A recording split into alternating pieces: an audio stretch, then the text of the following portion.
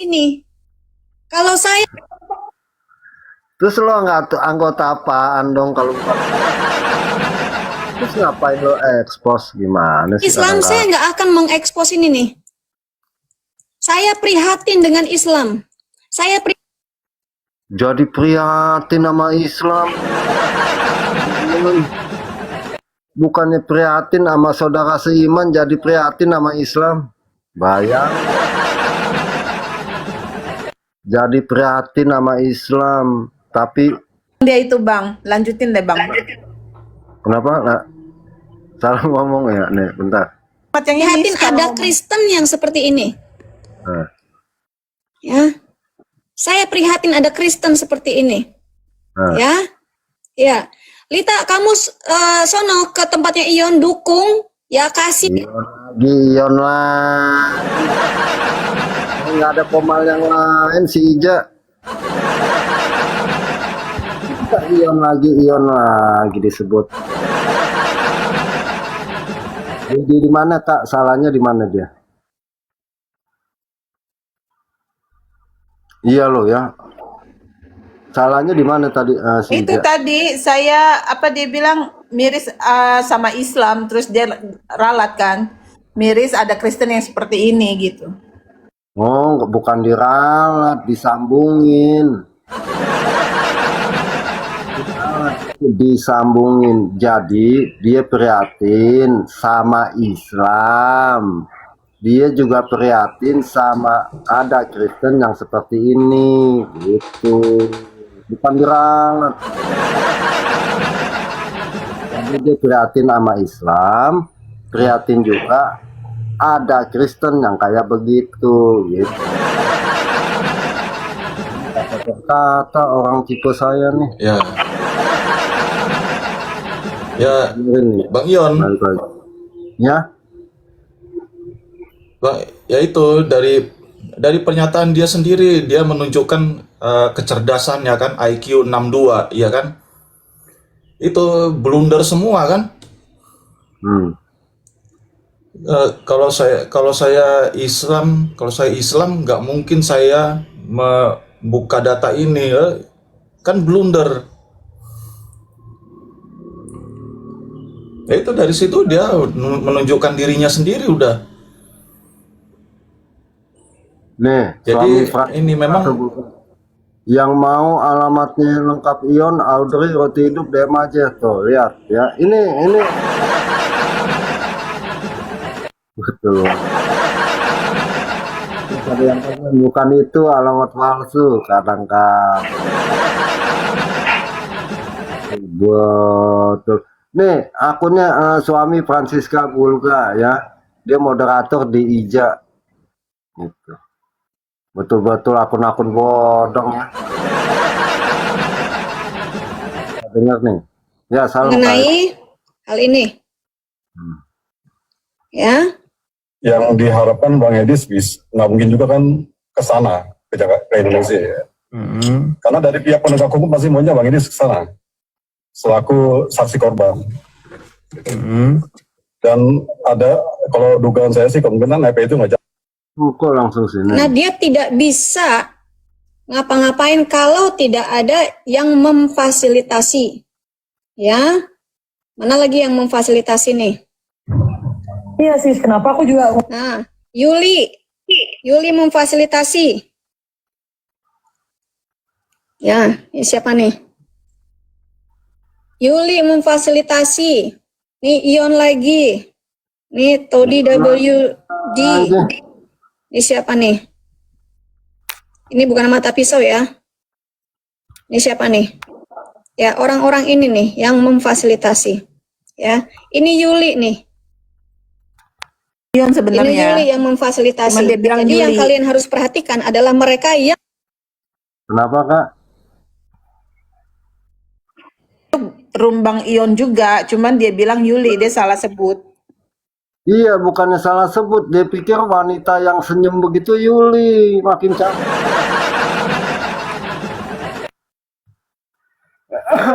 Kan saya bilang, semua yang digunakan itu room saya Kakak. Ya, YouTube yang digunakan itu room saya. ya. Dia ngambil dari mana sih? Ngambil dari ragam apologetika, kalau enggak rapot apologet, ya. Makanya kan saya bilang, secara nggak langsung nyontek konsep saya, style YouTube diikutin, lalu dipotong-potong dia bernarasi, nyontek konsep, ya. Apa sih nggak punya teman-teman, ya, gitu. Iya, Bang Yon, ini dari sini, ya, ini kita dari dia cara dia ini ya bernarasi ini kita bisa tahu juga bahwa dia ini sebenarnya sudah panik gitu loh. Jadi membabi buta nyerangnya, ya kan? Semua di ini di apa diseruduk lah istilahnya kan? Ya karena sudah panik aja dia itu. Gini ya, kenapa dia begitu? Mental illness. Bukan, ayo teman-teman bisa gak? Itu salah satunya, ayo teman-teman bisa tebak kenapa dia begitu? Ayo teman-teman. Sama Bu Sofi, tapi kan kalau misalkan dia iri sama Bu Sofi, harusnya kan responnya nggak sebrutal ini gitu loh. Kalau dia normal. Bukan itu. Ada lagi yang lebih nomor Udah satu. sebut. Nomor Bikin satu. orang penasaran aja. Ya, Coba cewek tangguh bisa nggak? Tahu nggak? Pak Dendro tahu nggak? Itu Bang Ian. Apa yang Iya, kenapa si Ija melakukan begini? yang enggak tahu lah. Ya, tahu Bang Ian. Itu motivasinya itu yang enggak tahu apa akhirnya yang ditujukan itu sebetulnya kan ke Bu Sofi, tetapi semua orang yang kira-kira dekat dengan Bung Sofi, misalnya Bang Ion atau room-room lain itu dianggap ya musuhnya begitulah. Apa hubungannya dengan Bu Sofi nggak tahu ya. Bang Ion apa hubungannya? Gitu. Jadi sepertinya hanya sekedar apa sih? Nah, ini teman-teman saya kasih tahu ya, kenapa si Ija melakukan begini. Teman-teman, kenapa si Ija lakukan begini? Mau dikenal.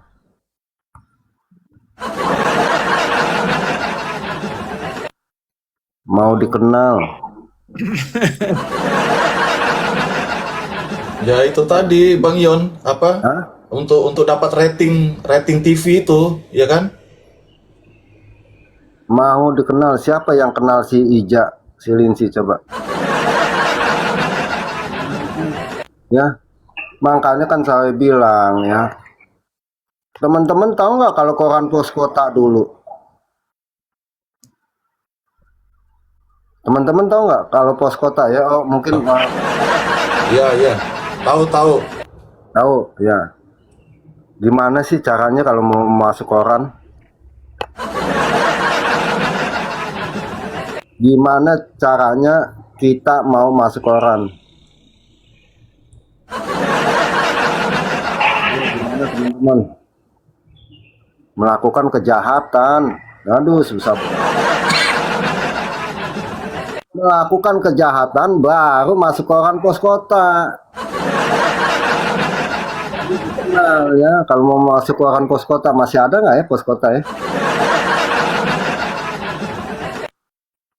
Ini saking mau dikenalnya nih ya. Oh, gue nih yang paling berani ngelawan nih ya. Gue nih yang berani ini nih gitu. Padahal dari narasinya aja buset ya.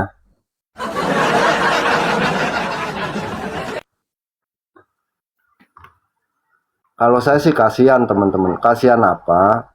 Motivasinya nggak ada sama sekali loh tentang kekristenan, ya. Motivasinya nggak ada tentang kekristenan. Ada nggak Pak Dendro? Ada nggak sih Kak Umero? Ya, Nggak ada lah. nggak ada, nol besar. Makanya saya pernah bilang Bang Ion, kalau dulu itu ya, ketika dia masih dekat dengan Jay Smith ya, dengan Usama Dabdog dan kelompoknya itu, saya masih ingat ya, mereka itu reach out kepada orang-orang Islam kan begitu. Tapi sekarang malah bergeser dia, ngikut yang macam-macam yang aneh-aneh gitu. Jadi saya lihat perkembangan ini ya, pergeseran motivasinya itu apa, saya tidak tahu. Tapi kalau saya dengar-dengar dari ceramahnya itu tadi, yang kita dengar ini tadi ya, mereka ya, saya rasa kebencian terhadap seseorang, misalnya dalam hal ini Ibu Sophie, udah keterlaluan begitu, sehingga objektifnya udah melenceng begitu. Salam Bang Gion, Pak Dandru, Ya, salam. teman-teman. Apa kabar, Bunda? Lanjut Bang Gion. Oke. Kita perhatiin nih, dari narasi-narasinya aja ini nih ya. Orang suruh jual rumah, bayangin. Bukan, tapi kalian anggota Islam. Siapa di sini anggota Islam? Kalau saya anggota Islam tidak akan mengekspos ini. Kalau saya Islam, saya nggak akan mengekspos ini nih. Jadi gunanya apa lo ekspos itu? Banyak salahnya udah. Gunanya apa Pak Dendo kalau bukan Islam Pak Dendo? Coba. Gunanya. Coba deh.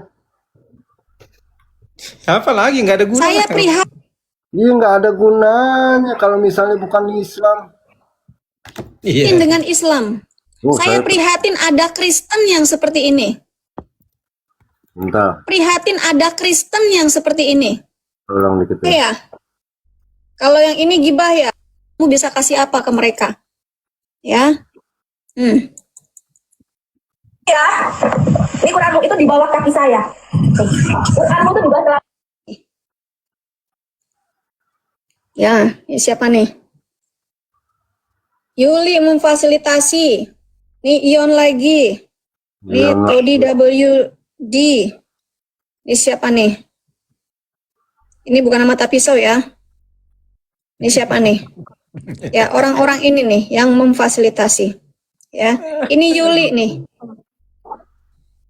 Ini Yuli yang memfasilitasi. Jadi yang kalian harus perhatikan adalah mereka yang memfasilitasi Sofiatul. Ya.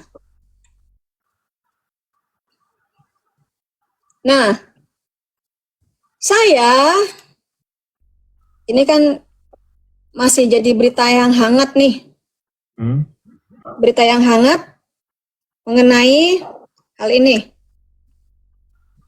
Ya.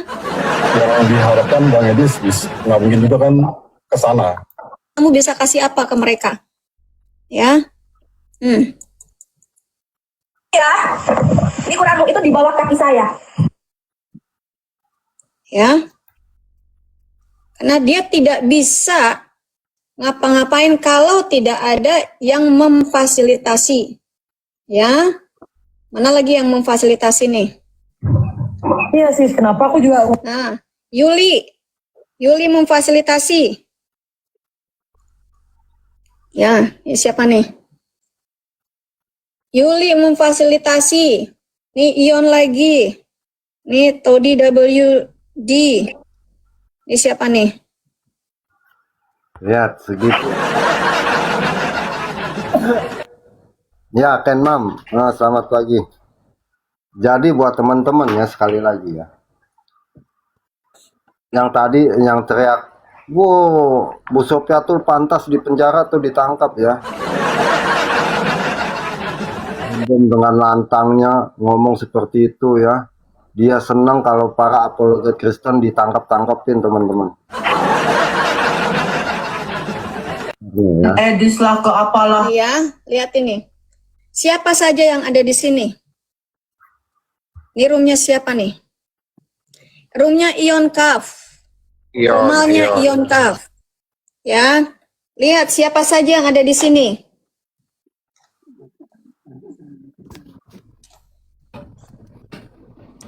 Ini kan Ion Kaf nih. Ya, ini Gema nih saya nggak tahu. Ini Humairo saya nggak tahu. Ini Sofiatul di sini. Ini Dedru ini di Amerika, ya, di Nebraska. Kalian nggak bisa cari. Nah, ini Todi WD7, ini saya nggak tahu siapa, ya. Queen Yard, Kak Sar, Joy, Yonkaf. Jadi room-room ini nih yang memfasilitasi Sofiatul untuk melakukan penghujatan. Jadi teman-teman Islam perhatikan room-room yang memfasilitasi Sofiatul. Kalau room-room yang memfasilitasi Sofiatul tidak ada, maka dia tidak akan bisa melakukan apapun. Dia tidak Lihat Konyol, dari bulan konyol. memprovokasi teman-teman Islam yang lagi enak-enak tidur. Iya bener Bang Ion. Kurang asem loh. Dia juga apa ya, kayak kemarin ya Bang Ion ya. Dia memasalahkan kewarganegaraan orang Indonesia yang datang ke Indonesia dengan status asylum. Maksudnya apa? Jangan mentang-mentang dia sudah menjadi warga negara gitu loh. Berapa ribu orang Indonesia yang mengikuti proses tersebut gitu loh. Jadi bukan cuman satu orang kayak Bu Sofi misalnya. Nggak boleh begitu dia men-spill hal-hal yang kayaknya nggak perlu dibahas di ranah seperti ini gitu loh. Kayaknya sangat mengkhawatirkan orang seperti Tante Ija ini ya. Gitu. Ini bisa-bisa dia dihujat oleh banyak orang di sini loh, di Amerika. Bisa di demo dia. Ya, ya Bener nggak betul Pak Bu. Dendru? Itu Iya Buat Pak. apa lah, buat apa ya? Mau gimana ya? Kita ya nggak ada artinya juga. Kecuali dia sudah melakukan hukum kriminal. Jadi kalau misalnya dia US citizen, tentu kalau dia mendoxing misalnya Bu Sofi juga misalnya adalah merupakan legal residence di Amerika, dia bisa melaporkan walaupun itu interstate begitu, tapi memang urusannya agak repot kalau udah interstate ya gitu. Karena jurisdiksinya udah beda. Ya buat apalah buang-buang waktu, mending fokus kepada misi kita masing-masing lah. Menurut saya ngapain laporin dia juga di sini buat apa? Kalau saya sih, biarin aja anjing menggonggong kali Iya, mau saya berlari juga. gitu. Iya, cuman bertubi-tubi gitu loh. Bu Sophie dihajar sama dia nih. Kayak apa ya orangnya? Nggak jelas deh. Gregetan saya kadang-kadang kalau denger dia. Bawaannya emosi kadang-kadang kalau lagi nyekrol gitu ada dia tuh. Aduh ya ampun. Apa ya? Harus disimpel pakai apa kayaknya nih? Nggak ada poinnya sebenarnya. Apa yang dibicarakan itu poinnya nggak ada. Kenapa saya bilang kagak ada? Lihat aja dari narasinya ya. Dari narasinya, room-room yang fasilitasi ya. Memangnya kok kasih makan Bu Sophie?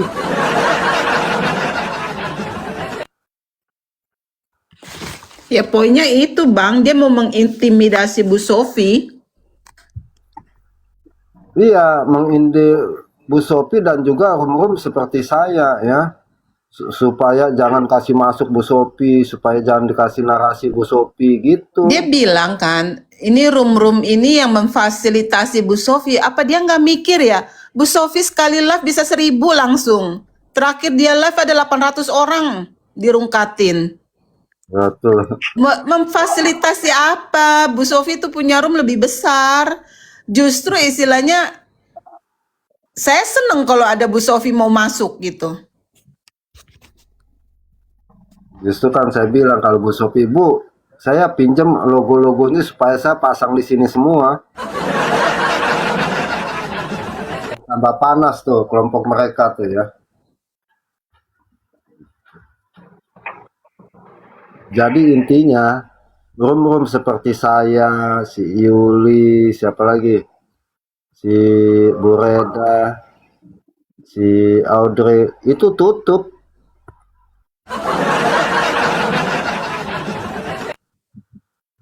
Baru nanti kalau saya bilang baru lo belajar main TikTok, nanti dia kasihan ya.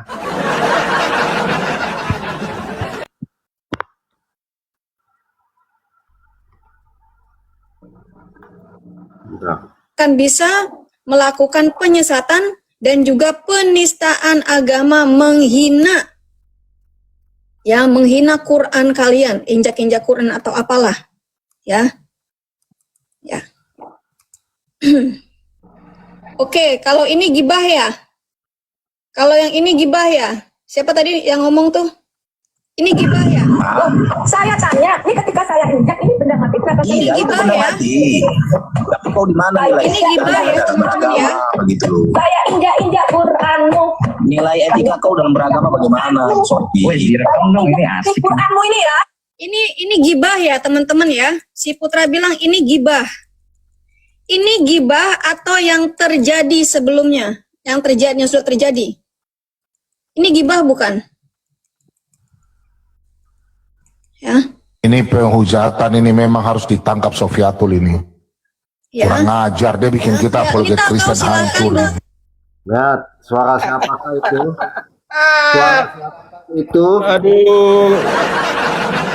Semuanya ditumpahkan ke Bu Sofi nih. Bu Sofi salah ini, salah itu, bikin ribut. Ya, aduh, aneh dah. Tadi suara Nggak siapa ngerti lagi. teman-teman? Coba di chat. Bom. Si Bom seneng kalau apologet Kristen ditangkap loh. Nih kita dengerin sekali lagi nih. Bukan, tapi kalian anggota Islam. Iya. Siapa di sini? Siapa di sini? Kalau saya anggota Islam tidak akan mengekspos ini. Kalau saya Islam, saya nggak akan mengekspos ini nih. Kelewatan ya. Saya prihatin. Nilai etika kau dalam beragama bagaimana, Sofi? direkam dong, ini asik. Quranmu ini ya. Ini gibah ya, teman-teman ya. Si Putra bilang ini gibah. Ini gibah atau yang terjadi sebelumnya, yang sudah terjadi. Ini gibah bukan? Ya. Ini penghujatan, ini memang harus ditangkap Sofiatul ini. Ya. Kurang ajar, dia bikin kita apologet kita tahu, Kristen silakan. hancur.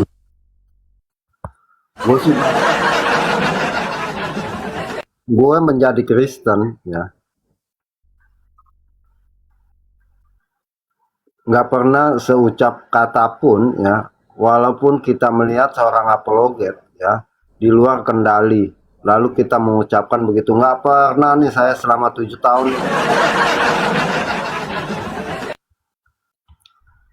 Pak Dendu bahkan lebih tahu ya Pak Dendu ya siapa ya. Nggak pernah tuh, oh itu seharusnya diituin tuh, oh seharusnya. Justru kita doakan buat teman-teman ya, supaya lebih berhikmat, supaya aman, supaya sehat selalu. Ini kagak bom paling lantang loh. Nanti satu kali request aja video dia yang waktu makan B2 itu. Yang sampai Oh. masuk ke TV One. Iya, itu di Bureda lah mestinya. Iya, justru itu. Dia bisa tayangin begitu bertubi-tubi ya setiap hari loh, setiap hari. Nah, Dia nggak sadar diri apa gitu ya. Ini Nah, Bang Ion nayangin gini nih ya. Itu malah dia tambah seneng. Emang itu tujuan dia. oh, gini teman-teman. Tujuannya sih sebenarnya, aduh kalau saya dibilang paham, tujuan dia satu, supaya orang mengakui nih gue juga bisa lebih hebat dari Bu Sophie. Itu nih gue bisa lebih hebat dari Bu Sophie begitu. Padahal aduh, bumi dan langit, Lindsay ya, udah dibilangin dari dulu ya. Semua teman-teman yang ada di situ juga sudah tahu, macam Pak Dendro tahu ya. Saya apalagi, Bu Sophie apalagi. Bukan apa sih merendahkan atau gimana ya. Jauh kalau dibanding Bu Sophie ya. Jauh pengetahuannya. Kan saya bilang ya, kenapa sih kagak mau mengakui teman-teman kita kalau pengetahuannya ada di atas kita? Ya. Kenapa sih nggak mau mengakui gitu, misalnya, oh Pak Dendu lebih hebat lah dari saya lah. Kenapa nggak mau mengakui gitu, ya?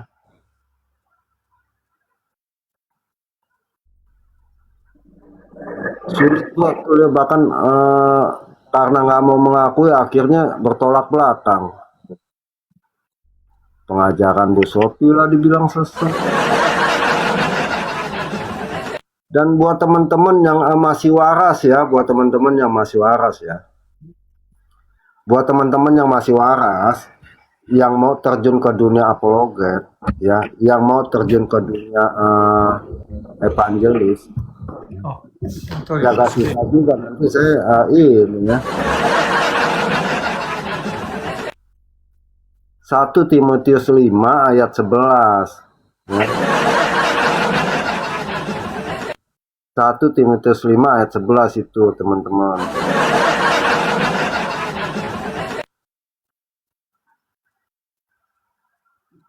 Jadi mana ada sih teman-teman Kristen kalau temannya ditangkap itu merasa bangga. Coba masuk akal nggak sih misalnya nih teman kita apologet nih ya, contoh waktu si anak Batak ketangkep. Ada yang bangga nggak teman-teman? Ada yang merasa seneng nggak?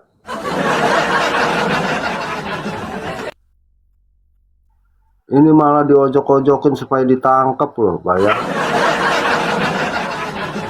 Temen tahu nggak? Yang mau laporin saya ke polisi itu si Bom-Bom. Urusan apa? Ya.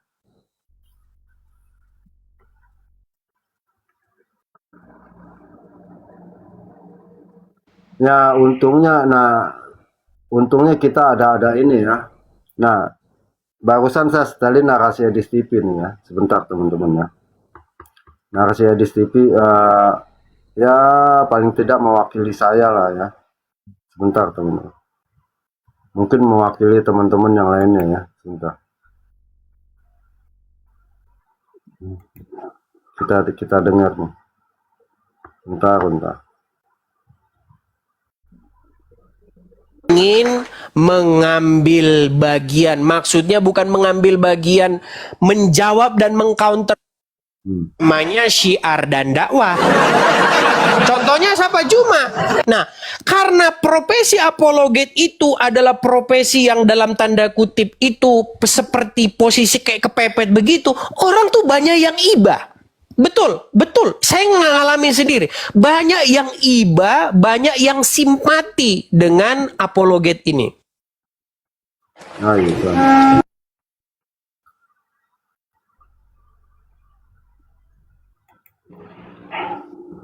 Kiamat itu diamankan. Tanya sama Kiamat sendiri. Ya. Jadi banyak orang-orang yang mensupport dia. Udah, kamu amankan, kopermu ambil, dia apa yang bisa seadanya. Nah, disupport, dikasih untuk biaya selama dia dalam pelarian. Tanya sama dia kalau nggak percaya. Ya, bukan itu poin yang mau kita ungkit di sini, bukan. Ya, bagaimana Kiamat sudah didukung, disupport, bukan itu poinnya. Tapi ada orang-orang seperti si Henry Panggabean itu. Saya mau dapat duit juga dari sini. Itu otak mereka itu isinya duit itu loh itu. Itu isinya. Sekarang kan sudah sesi mulut netizen ini. Iya. Nah, jadi suatu saat ketika Kiamat ingin mengungsi ke Timor Leste, kopernya masih di tangannya si Coki itu alias si Henry Panggabean. Lalu supaya dia dapat duit juga, berikan kepadaku 15 juta. Bajingan tengik. Saya di inbox langsung.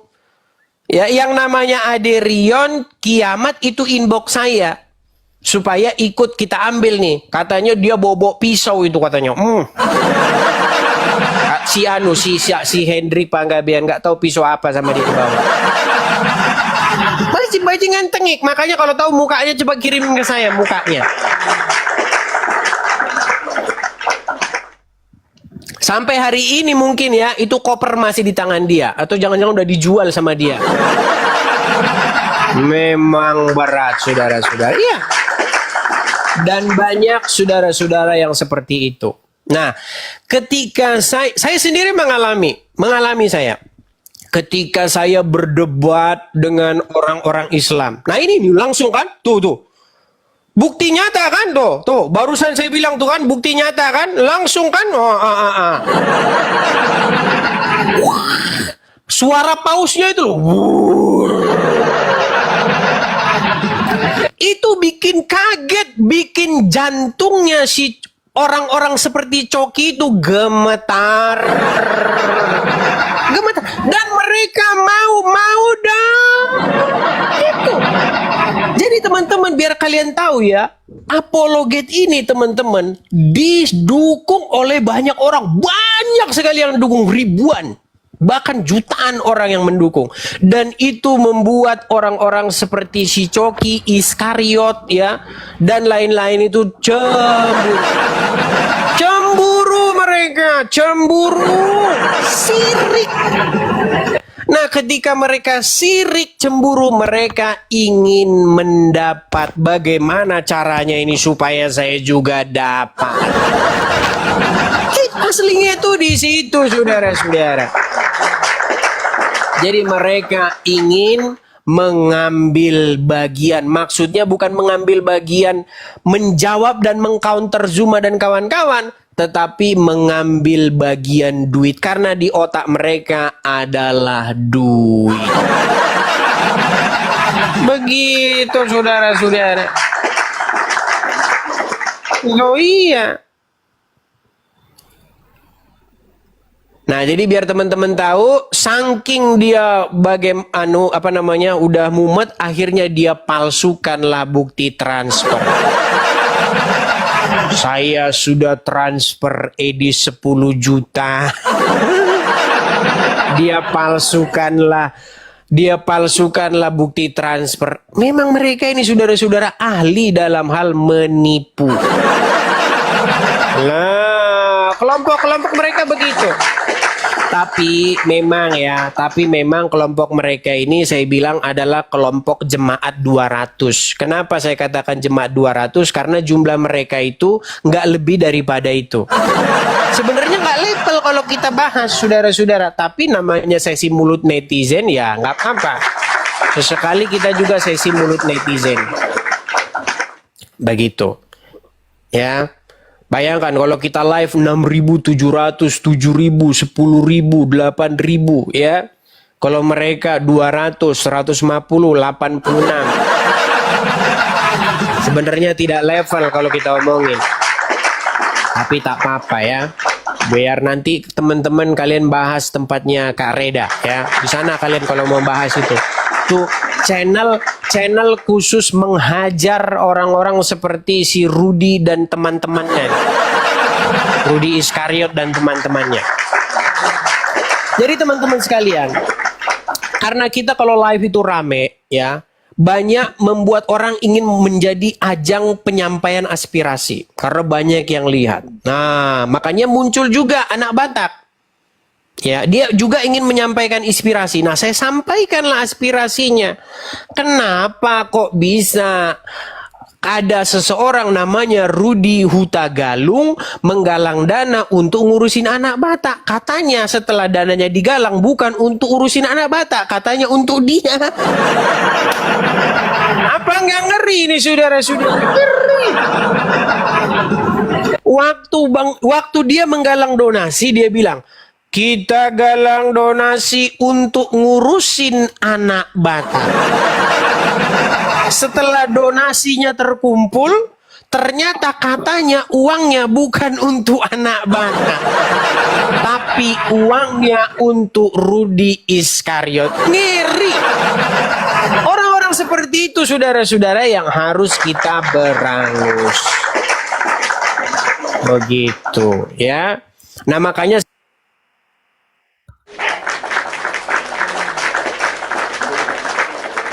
Dendu, Pak Dendu. Bunda, thumbnailnya bagus gak, Bunda? Gimana? Bagus nggak gambarnya?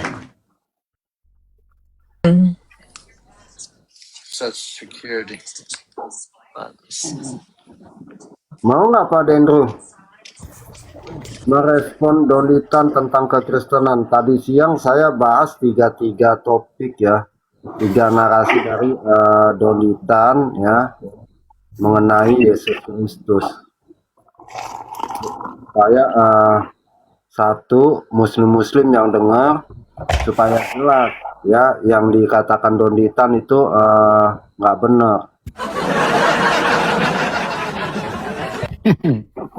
Mengenai apa? Nggak ada yang benar. Donitan nggak ada yang dikatakan benar. Iya, justru yang Islam kan mencontek dari Donitan.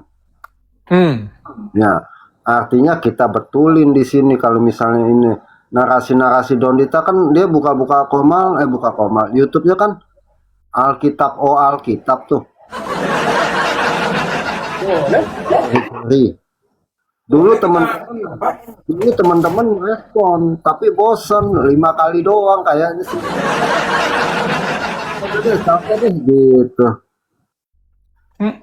Iya, orang bosan, pastinya bosan karena ya lama-lama kan kalau kebanyakan ya tentu bosan karena Donitan ya bohongnya aja yang banyak. Iya, Instrumen falas itu. Iya. Maksud saya kan yang Islamnya selalu pakai narasi kalau nggak si Juma, si Donitan, ya, lalu si Nandar, lalu siapa lagi? Ya antara itulah ya. Ngeladenin. Boleh kita bahas? Hah? Kenapa Pak? Kalau mau bahas ya misalnya seperti Bu Fatimah Sa'diyah kan begitu gayanya, stylenya. Dia setiap hari membahas ya ajaran para ustadz-ustadz yang ya propaganda begitu. Jadi ya kalau Bu Fatimah kan begitu, dia di YouTube ya, jadi dia bisa mengundang beberapa orang masuk kan begitu. Yang biasa masuk kan itu ada 4-5 orang lah. Saya sih sekali-sekali saja masuk ke sana. Tapi kalau memang mau itu Bang Ion lakukan nggak apa-apa. Ya sebenarnya narasi Donitan ya narasi muslim. Apalagi dia kan sering keliling-keliling jamaah dia. Aneh bagi saya, mereka itu keliling jamaah bukan mengajarkan Islam tapi menjelaskan tentang Kristen yang Kristen sendiri nggak percaya kan begitu. Jadi tujuannya apa ya? Nggak tahu lah, membodoh-bodohin orang Islam.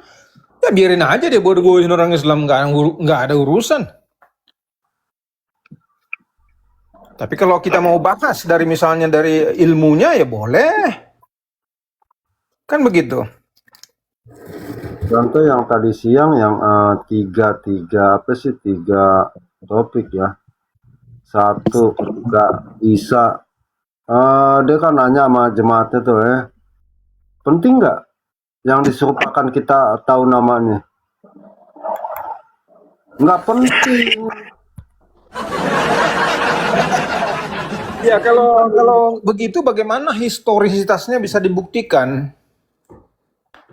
Kan justru yang saya maksud, lo bilang nggak penting di Islam, ya. Tapi ketika nanya tentang Alkitab, tentang Kristen, penulisnya siapa, ininya siapa, tanggal berapa, ininya buat saya. Nih, dengerin ya, dengerin. Teman-teman bisa simak. Di kitab mereka sama, dari perawan suci Maria, bedanya Maria dan Maryam. Kalau yang di sini Maria melahirkan Yesus sebenarnya ditulisnya di penginapan gitu ya, tapi setelah lahir Yesusnya ditaruh di palungan. Tahu palungan Bu? tempat makan ternak, Bu. Nah, ya, tempat makan ternak, Yesusnya diceritakan taruh di palungan. Makanya orang Kristen kalau di gereja bikin drama lahirnya di kandang domba gitu. Padahal tulisannya penginapan gitu ya. Nah, gimana tuh Pak?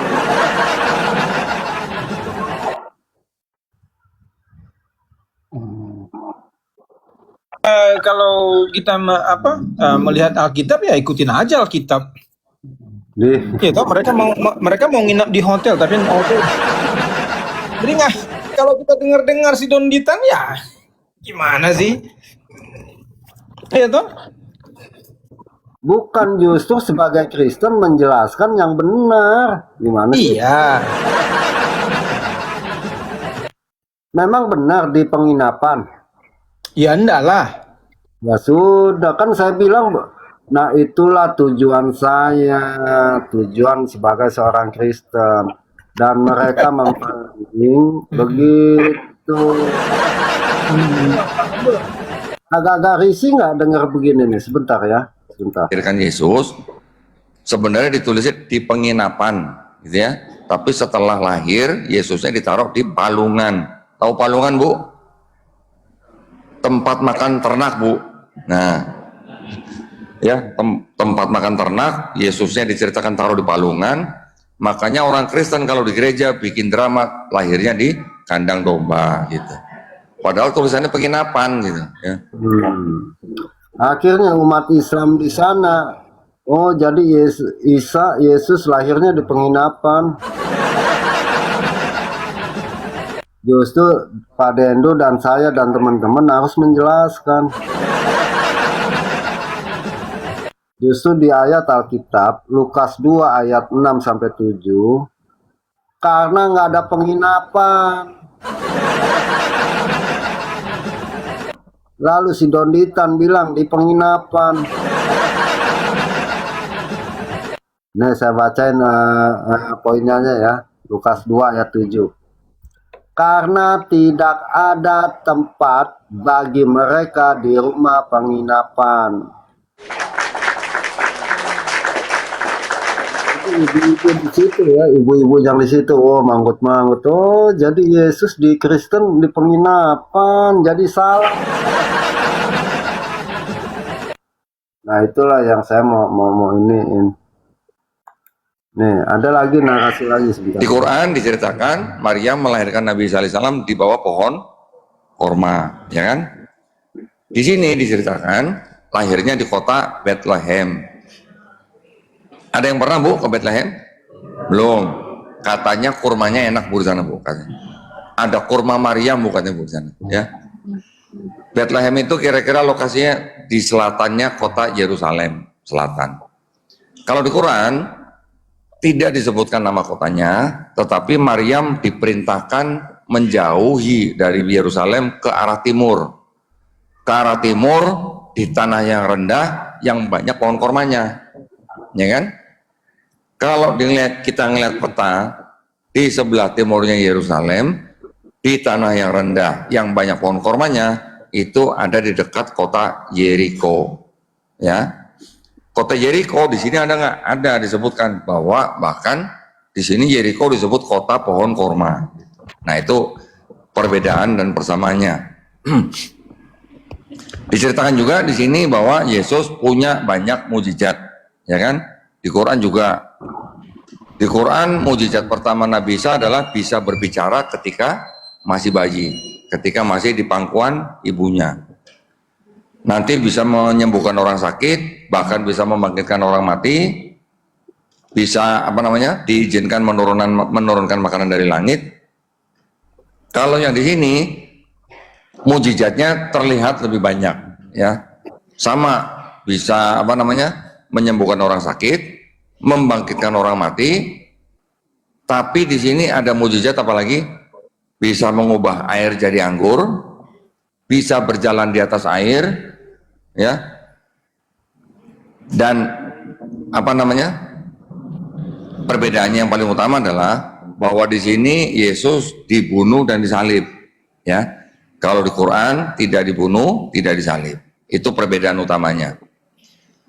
Diangkatnya sama. Di sini diangkatnya setelah bangkit beberapa hari kemudian baru diangkat. Kalau di Quran menurut tafsir Nabi Isa alaihissalam diangkat sebelum peristiwa penyaliban. Ya. Kalau di Quran disebutkan bahwa yang disalib adalah orang yang diserupakan. Ada yang tahu Bu, Pak, namanya siapa yang diserupakan?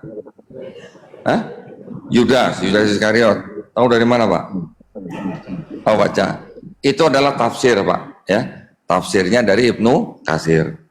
Nanti tafsirnya Ibnu Abbas mengatakan bahwa yang disalib adalah murid Nabi Isa yang paling setia.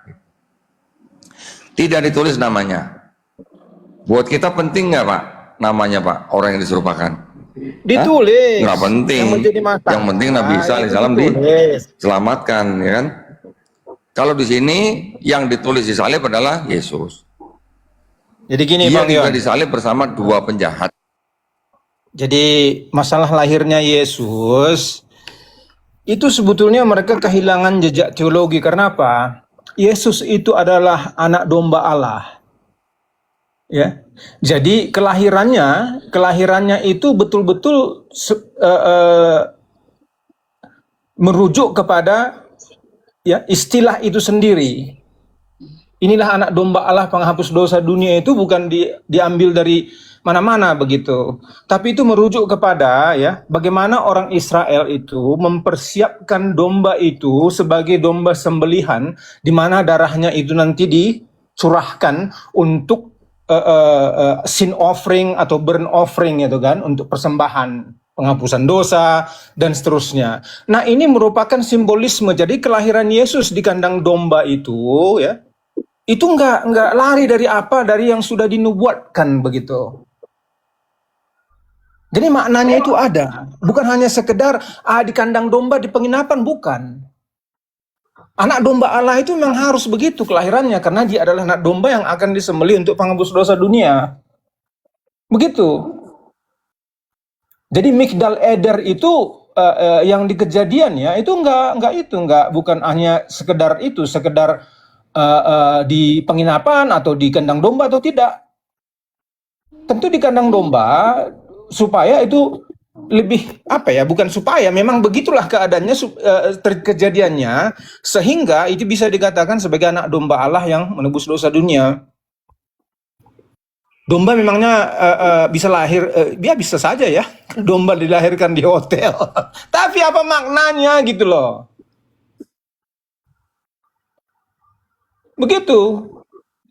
Nah, di dalam Kejadian 35:21 itu ya, itu tempat persiapan di antara Yerusalem dan Bethlehem itu historis begitu. Jadi itu kita harus lihat penggenapannya ya, bagaimana anak domba Allah itu lahir di kandang domba. Masa anak domba Allah lahirnya di hotel? Aneh itu. Karena memang mereka nggak punya yang begitu. Nggak punya rantaian nubuatan dengan penggenapannya, itu nggak punya mereka itu. Nah, si Donditan ini nggak ngerti apa-apa begitu. Dalam istilah-istilah dan nubuatan-nubuatan di Perjanjian Lama, misalnya di Mika 4 Iya, di Mika 4 ayat 8. Kalau saya menyimaknya bukan begitu, ya. Mungkin beda kali sama Pak Dendu. Nyimaknya gimana? Tadi dibilang sebenarnya di penginapan yang ditulis, bukan di kandang domba.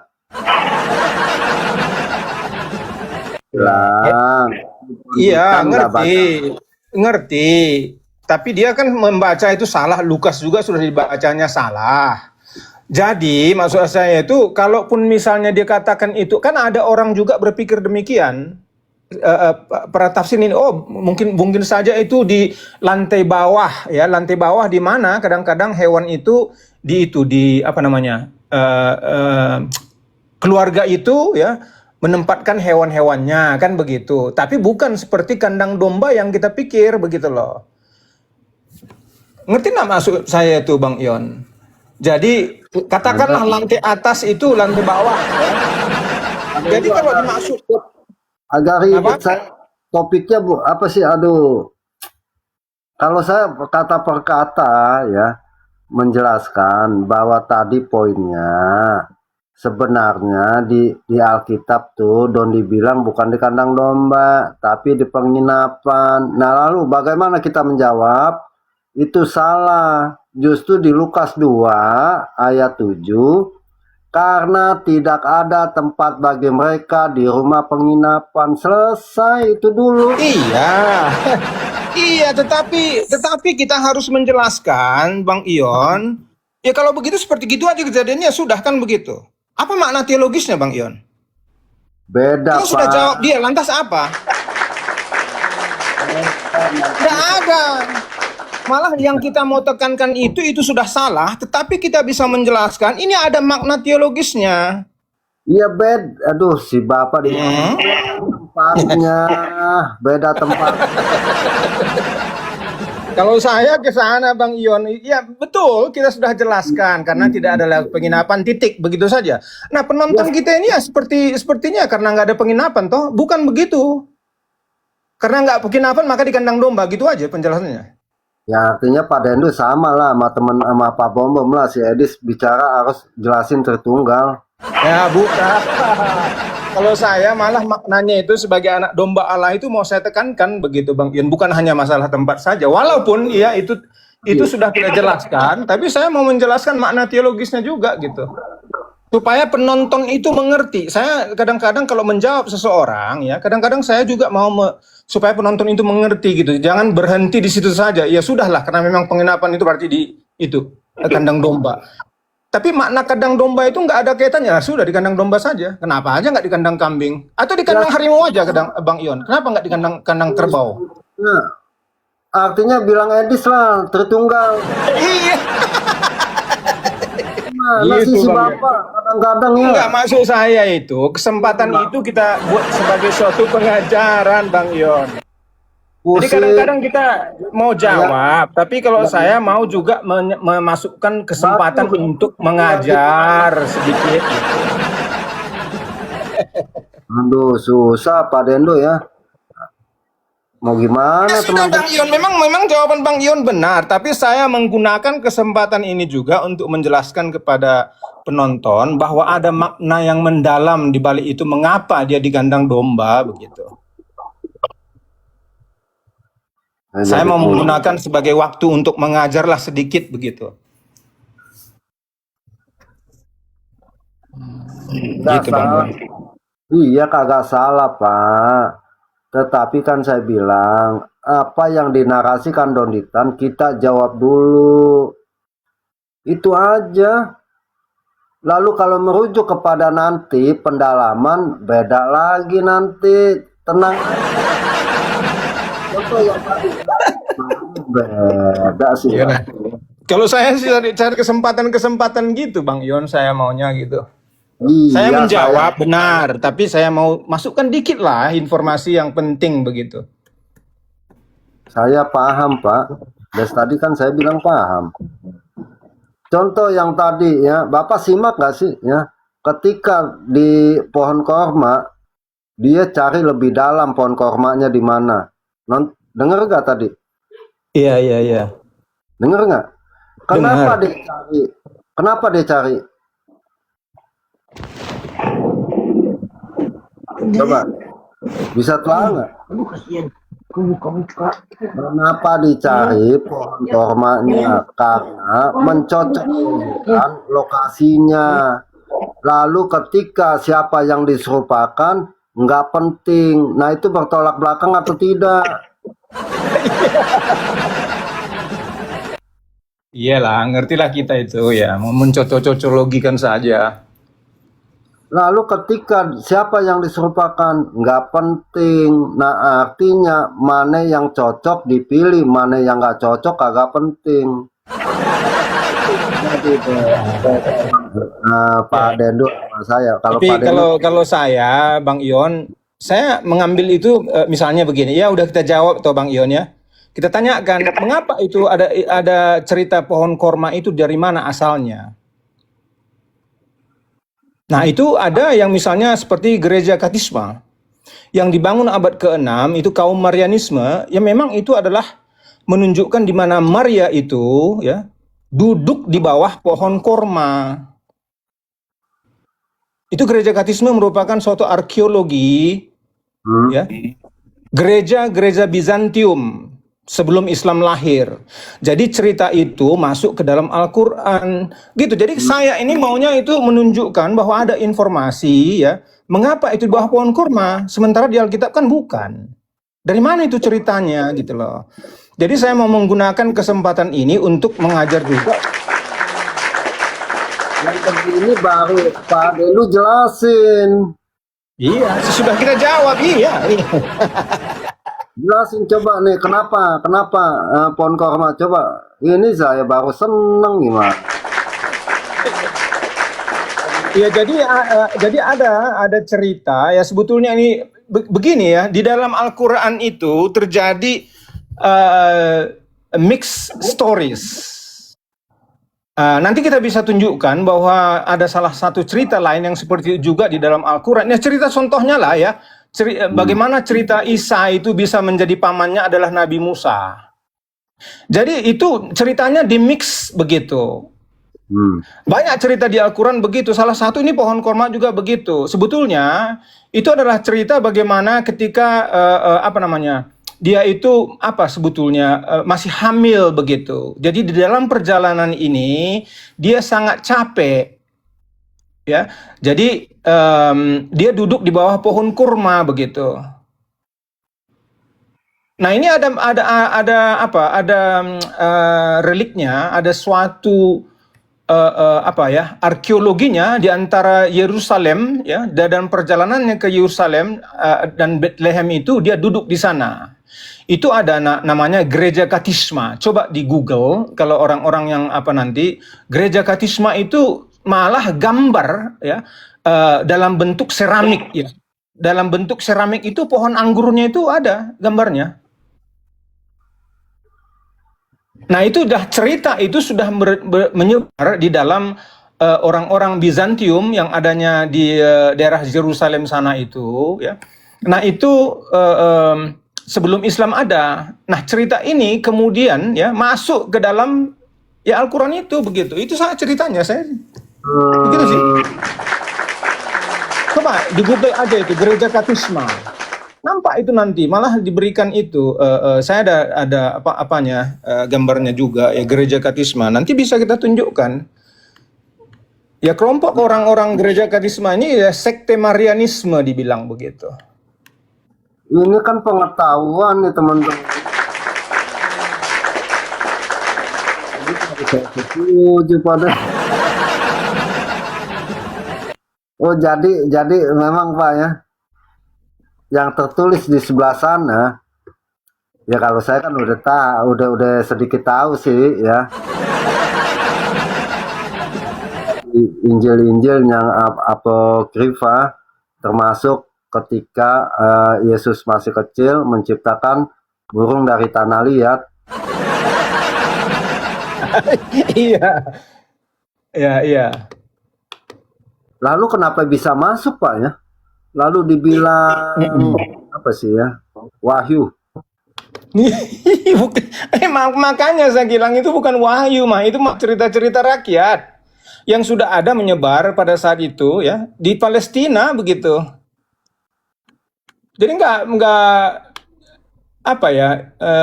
gimana lah namanya itu cerita-cerita yang sudah ada ya begitulah. Bisa saja mereka masukkan itu ke dalam Al-Qur'annya, dikiranya itu cerita beneran gitu Bang Ion. Mungkin kalau Sangkuriang bisa jadi kitab suci juga ya kalau zaman sekarang. Oh iya.